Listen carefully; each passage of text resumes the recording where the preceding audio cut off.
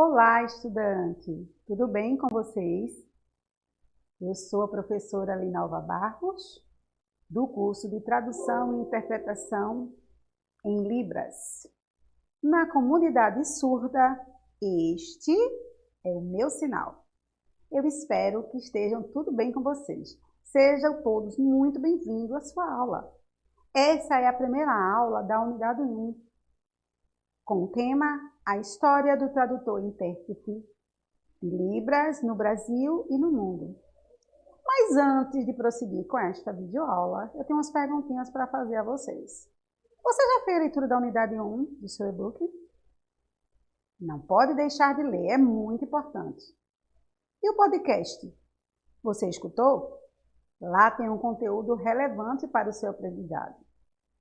Na unidade 1, você estudou o contexto histórico do tradutor e intérprete de Libras, a participação de alguns países, Suécia, Estados Unidos e aqui o Brasil, e também como se deu a atuação do tradutor e intérprete de Libras em contextos religiosos. Para esta videoaula, vou mostrar agora para vocês a temática. A temática da aula, desta videoaula da unidade 1 é contexto histórico da criação do INES, a atuação de Ernest Rouet e os tipos de interpretação. Vamos lá, que está bem interessante essa videoaula. Eu tenho certeza que você vai aprender muita coisa por aqui. Vamos comigo? Bom, a gente agora está no contexto histórico da criação do Instituto do Surdo-Mudo. E calma, que eu sei que surdo-mudo não existe mais. Mas esse instituto foi criado em 1857. Então, na época, era assim que ele era denominado. Bom, vamos às imagens. Do lado esquerdo da tela, vocês veem uma edificação. Essa edificação é o INES, ou melhor, o Instituto dos Surdos Mudos. Do lado direito da tela, tem um personagem muito importante, que é o Dom Pedro II. E vocês já vão entender por que ele está aqui, aonde é que ele entra nesse contexto, ok? Acompanha comigo. Bom, a fundação da primeira escola de surdos no Brasil, como eu já falei anteriormente, foi em 1857 e foi um grande acontecimento no país. E como é que isto aconteceu? O início da primeira escola de surdos no Brasil, que ocorreu graças à iniciativa de Dom Pedro II. E aí vocês podem estar perguntando, qual era o interesse de Dom Pedro II? Bom, Dom Pedro era muito atuante nas áreas de educação, na elaboração de projetos sociais, culturais. O imperador tinha uma preocupação muito grande em atender à necessidade da população. E uma das preocupações de Dom Pedro era exatamente fundar uma instituição que fosse capaz de proporcionar uma educação de qualidade para as pessoas surdas. Ok? Então, assim, para o imperador, não era só ter escolas comuns para ouvintes, mas a população surda na época, neste específico ano, era muito grande. E isso começou a chamar a atenção dele, começou a fazer ele ficar preocupado. E agora, como é que eu vou fazer para a educação de qualidade para essas pessoas que estão privadas da audição? Foi por isso que ele procurou, na Europa, escolas e professores que pudessem estar junto com ele nesse projeto, nessa empreitada, nessa decisão que ele tinha tomado. Acompanha comigo. Bom, aí, quando ele foi à Europa, que ele fez suas pesquisas, ele encontrou esse personagem que vocês veem agora. É um professor surdo de nome Ernest Rouet. Aí vocês podem estar perguntando, tá, se ele é surdo, ele não fala, como é que Dom Pedro conseguiu se comunicar com ele? Será que Dom Pedro sabia, entendia ou falava em Libras? Calma que a gente já vai explicar como é que aconteceu essa mágica. Bom, para compreender como foi criada essa escola de surdo, é necessário saber que você saiba algumas informações sobre este personagem da foto anterior que eu mostrei para vocês.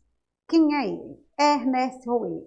Ele nasceu em 1822 membro de uma família da nobreza francesa, ele era francês, né? E quando ele era adolescente, ele aprendeu a falar francês, falava muito bem o alemão e também o português.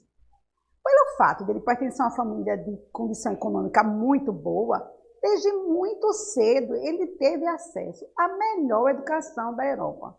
E por isso ele avançou, né, teve grandes êxitos nos estudos, porque ele tinha uma família que podia dar a ele todo o estudo que ele quisesse, né? As melhores escolas, os melhores professores. Mas eis que algo o acomete. Quando Rouet estava com 12 anos, ele contraiu sarampo. E por conta do sarampo, ele ficou surdo.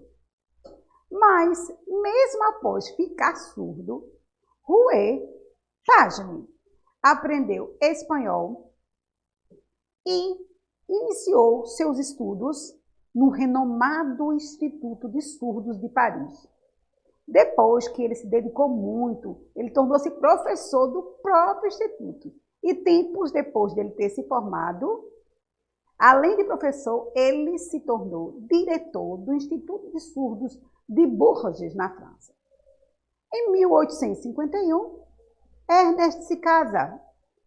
E em 1855, juntamente com sua esposa, Rouet muda-se para a corte portuguesa, que à época era localizada no Rio de Janeiro, como falei com vocês antes. Então, isso tudo, o que acontece? Um dos fatores que mais facilitaram a vinda dele para o Brasil foi exatamente pelo fato dele falar português.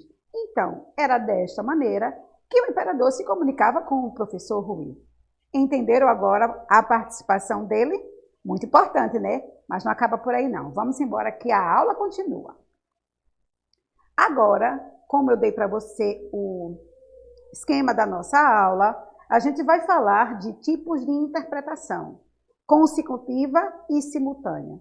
Mas o que é que vocês acham? Como é isso? Consecutiva, simultânea? Exatamente. São os dois tipos de interpretação que são feitos na Libras. E a seguir, a gente vai explicar um pouco mais para você do que se trata e com imagens também. Ok, vocês estão gostando da videoaula? Tá tranquilo? Então, vamos seguir? Bom, antes de falar sobre a tradução, a interpretação simultânea e consecutiva, eu vou conceituar algumas coisas para que vocês fiquem organizados e entendam melhor. Tradução ou interpretação, tem diferença? Tem. Inclusive, essa diferença está explicado lá no seu e-book.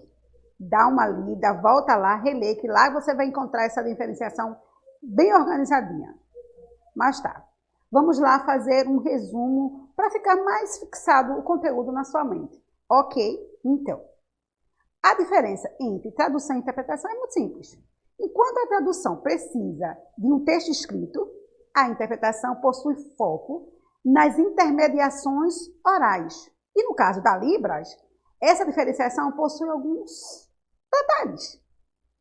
Porque quando se é um recurso escrito, não é muito comum o uso pelos surdos, e nem tanto pelos intérpretes. Mas quando ocorre isso, que é só uma escrita, a gente pode chamar de escrita de sinais. Mas isso é um assunto para depois. A gente não vai ver isso agora, tá bom? Porque eu não vou confundir vocês. A escrita acontece de diferentes formas. Isso é só para que vocês fiquem, como vocês costumam usar, ligados, ok? Então vamos agora para a conceituação e os exemplos para que vocês fixem melhor o conteúdo. Tudo bem? Bora lá.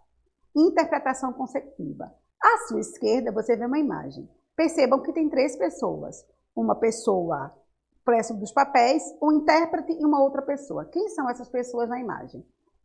Isso é uma entrevista de emprego, ali está a pessoa responsável pela entrevista de emprego, o intérprete e o surdo, que no caso é eu, a surda. E aqui do lado direito vocês veem a definição de interpretação consecutiva.